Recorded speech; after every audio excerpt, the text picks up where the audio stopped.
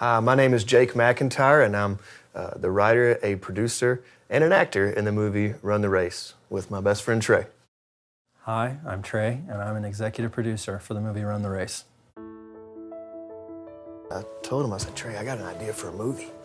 And he goes, okay, what's it about? I just started unpacking it. It's about these two brothers, they're growing up in this small town, mom dies of cancer when they're little, their dad's kind of a runaway drunk. But they're trying to get out of this town, so there's a lot of, strife up against them.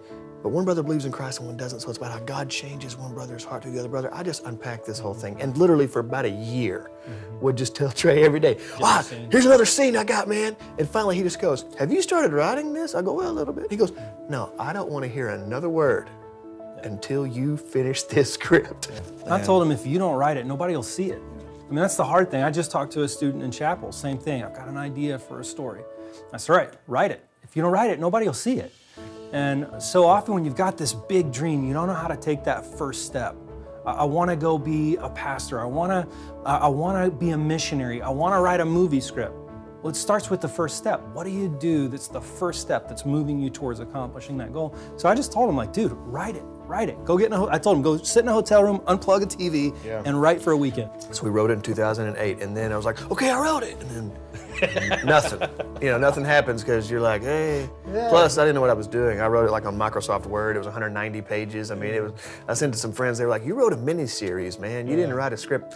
Yeah. So then I met some good friends through the Village, my home group, Zach Smith and Jason Baumgartner, and they were filmmakers. And they gave me this book, screenwriting book, and so I wrote it again, and finally had it honed down 2010, 2011 to about 117 pages, and we were happy with it. Yeah. But then I had an acting agent, Linda McAllister, said, Jake, nobody's gonna read this. You gotta make a 6-minute concept trailer. I'm like, okay, what's that? And she was like, well, you're gonna just make a little 6-minute version that's gonna, a little sizzle reel that's gonna show investors what it's gonna feel and look like when you make it into 2 hours. And so in January of 2012, I did that. But then in the spring of 2013, I was literally just about to give up, praying, Lord, if you want to take this from me, I'll do whatever you want me to do, just end it. And I was literally talking to a friend going, I think I'm gonna give up. I think God's given me peace to give up. Phone rings, it's Trey. He said, man, I just got off the phone with Robbie Tebow. I sent them your script, I sent them your concept trailer, and they wanna meet you. They're interested. It's nuts. It's nuts, man, how all of a sudden, when you are at the lowest you have ever been, God opens a door, gives you the hope that you need. I think about Jonah all the time when he said, I was at the depths, and then I looked up. That's what happened for us, man. Just look up.